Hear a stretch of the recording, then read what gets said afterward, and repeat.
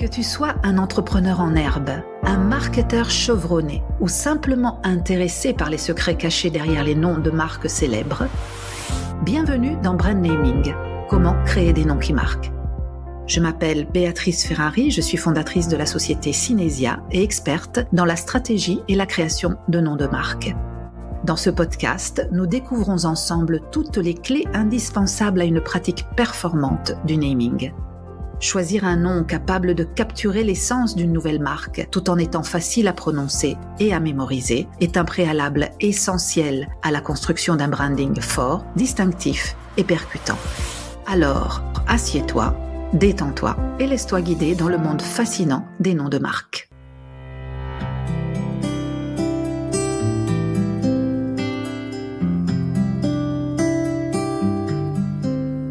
J'ai 19 ans, je suis en première année de fac à Paris et je suis en lettres modernes, études du langage. Super intéressant avec ma copine Anne. On a décidé déjà depuis le début de l'année de travailler pendant nos études. J'ai une petite chambre de bonne dans le 3e, 12 mètres carrés. Je suis super heureuse, je me sens grande et j'investis sur un répondeur téléphonique. À partir de là, je commence à travailler dans des recherches marketing, des sociétés de recherche de marketing, et on fait des enquêtes, on va faire tester des produits dans la rue, on va chez les personnes faire des interviews. C'est très stimulant, super intéressant, des fois particulièrement difficile parce que les gens nous jettent dehors quand on doit faire essayer des produits. Mais bon, ça, c'est du chocolat, des yaourts. Même tester des farines chez les boulangers. Enfin, on fait un peu de tout. Et cette première année, j'ai écrit à 50 sociétés, donc tout en papier à l'époque. Et je suis contactée par une société, un cabinet de conseil qui fait de la création de noms de marque. J'ai jamais entendu parler de ça. Et je me dis, intéressant. Et je suis invitée à participer à un groupe de créativité. Je vais dans ce cabinet et on se retrouve à 6 dans une pièce à créer des noms à partir d'un thème. Je sais plus, c'était des biscuits. On crée des noms sur le goût, le plaisir. Enfin bon, voilà. Pendant 2 heures, on est là et on crée des noms. On écrit tous les noms qu'on crée et je trouve ça très drôle. J'ai découvert ce métier. À partir de là, je recommence à faire des groupes de créativité avec cette société, avec d'autres agences de publicité qui font de la recherche de noms. Et je deviens un petit peu, pendant cette première année de fac, spécialisée. On m'appelle. Après mes cours, je rentre à la maison. J'écoute mon répondeur téléphonique. Béatrice, est-ce que tu es libre à telle heure pour un groupe de 1 heure, de 2 heures à tel endroit? Et je m'organise. Je me sens super libre, grande. Je gagne une partie de mon argent en plus de ce que me donnent mes parents, et c'est super intéressant. À partir d'un certain moment, la première société, le premier cabinet qui m'avait contacté me demande de venir collaborer en interne pour d'autres activités autour de la création de noms de marque. Et à partir de là, je me rends compte que cette activité est beaucoup plus que seulement de la créativité. En fait, la partie que je faisais dans les groupes de créa, c'était vraiment une petite partie du travail. Mais ce qu'on me demande de faire, d'abord, une des premières activités, c'est des vérifications juridiques. Et qu'est-ce que je vois? C'est qu'en fait, à l'époque, d'ailleurs, tout était sur papier dans des annuaires. On va voir les marques enregistrées à l'INPI et on va vérifier dans les classes de produits. À l'époque, c'était que 42. Après, maintenant, c'est devenu 45 classes de produits pour la protection de produits et services. On va voir si les noms ne sont pas déjà enregistrés, non seulement en France, mais dans tous les pays correspondants quand les marques doivent être enregistrées aussi dans plusieurs pays et commercialisées dans plusieurs pays. Et à partir de là, c'est vraiment me rendre compte que les 3/4 des noms sont déjà enregistrés, quoi. T'as l'impression d'avoir fait la super trouvaille créative et tu te rends compte que, en fait, c'est déjà enregistré. Mais pas seulement dans un pays, mais dans déjà plusieurs pays et même dans plusieurs classes.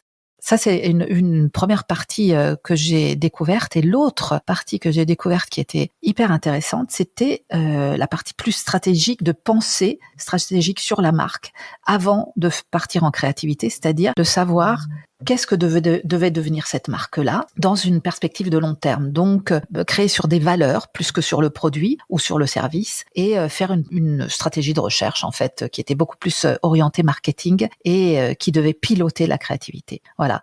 Donc ça, c'est ma découverte du naming en 1984. Donc, c'est il y a très très longtemps. En fait, c'était tellement intéressant que j'ai décidé d'en faire mon métier.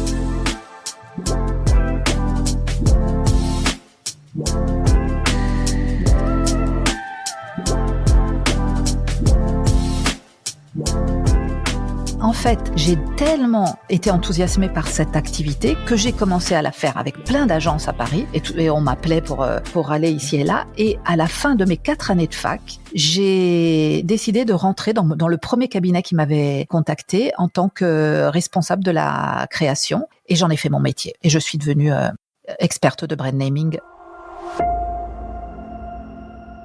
Quand j'ai commencé à collaborer avec eux en première année de fac, il y avait 3 personnes. Moi, j'étais à 3e d'ailleurs, plus beaucoup d'externes. Quand je suis rentrée après 4 ans, il y avait déjà 10 personnes. C'est un cabinet qui a beaucoup grossi et après 1 an où je travaillais à temps plein, moi, je sentais que j'avais besoin de beaucoup plus de liberté. Et comme ce cabinet a commencé à ouvrir des filiales à l'étranger, je me suis dit que j'aimerais aller ouvrir une filiale à l'étranger. Parce que j'avais une dimension, j'arrêtais pas d'inventer des nouvelles façons de faire ce travail, des fiches sur l'étymologie des noms. Enfin, moi, je me suis complètement passionnée par cette histoire des noms qui communiquent de façon moins évidente de ce que on peut imaginer à première vue, parce qu'on a toujours la pensée que le nom communique à travers une signification. Mais en réalité, en faisant et en manipulant les noms, je me suis rendu compte que les noms communiquent avant tout à travers leur dimension phonétique. Parce que une fois qu'on traverse une frontière, et ben le nom, la plupart du temps, il n'a pas de signification. Et tous les mots qui sont plus ou moins égaux dans toutes les langues, et ben ils sont déjà enregistrés. Donc ça m'a vraiment montré aussi cette dimension plus entrepreneuriale que j'avais. Et j'ai proposé d'ouvrir la filiale en Italie. Pourquoi l'Italie ? Parce que j'avais des origines italiennes, même si j'avais pas étudié l'italien et je le parlais pas très bien. J'avais un italien de vacances. En Espagne, il y avait déjà une filiale et en Angleterre, ça m'attirait pas trop. Moi, j'avais étudié anglais et espagnol et donc plutôt, je me suis dit l'Italie, ça me déplairait pas trop. Et quand mon boss, qui est devenu après mon associé, m'a dit OK, c'est d'accord, on ouvre en Italie, j'ai mis 1 an avant d'ouvrir ma filiale parce que j'étais à la Cité universitaire à Paris à apprendre l'italien parce que je ne le parlais pas bien du tout. Donc j'ai été faire des cours à la Cité universitaire et en même temps j'ai préparé tout ce qu'il fallait pour ouvrir une filiale. Moi j'avais 24 ans quand j'ai décidé de le faire, donc il a fallu quand même que je me renseigne. En Italie, il n'y avait pas toutes les aides qu'il y avait en France. J'avais une copine à Milan qui faisait du chant lyrique et avec qui j'ai pris contact pour qu'elle m'explique un petit peu et qu'elle me mette en contact avec des personnes pour ouvrir une société. Au début, je voulais l'ouvrir à Rome, mais tout le monde m'a dit à Rome, on fait pas de business. Donc, si tu veux faire du business, il faut aller à Milan. Donc voilà, à partir de là, 1 an après avoir travaillé à temps plein dans ce cabinet, j'ai décidé de partir et j'ai préparé mon départ pour aller à l'étranger, ouvrir ma société. Aujourd'hui, cette activité est appelée le brand naming ou tout simplement naming. Ça fait plus de 30 ans que je fais ce métier, c'est devenu ma passion. Je pense naming, je vis naming, je développe naming. J'ai déjà écrit 3 bouquins, pour l'instant essentiellement en italien, mais c'est prévu de les avoir aussi en français. Et je travaille essentiellement en 3 langues. Pourquoi en 3 langues ? Parce que je vis en Italie et mon marché de base est l'italien. Je suis française, donc beaucoup de clients me demandent de faire du développement de noms en français et en anglais évidemment, parce que la majeure partie des multinationales maintenant travaillent en anglais. Donc c'est les 3 langues sur lesquelles je travaille. J'adore me poser des questions sur le naming, pouvoir répondre à des défis et faire prendre conscience de ce que peut apporter un nom quand il est bien choisi, un nom juste, et quand un nom devient vraiment la base qui fait que votre marque peut évoluer dans le temps de la façon la meilleure. Merci, à très bientôt. Si tu as des questions ou des commentaires sur cet épisode, n'hésite pas à les partager avec moi sur les réseaux sociaux ou sur notre site web synesia.com, synesia.com. Tous les liens sont présents dans le descriptif. Et rappelle-toi également de t'abonner afin de ne pas manquer les prochains épisodes et à mettre 5 étoiles sur Apple Podcasts et Spotify. À très bientôt pour de nouvelles aventures dans le monde passionnant du naming.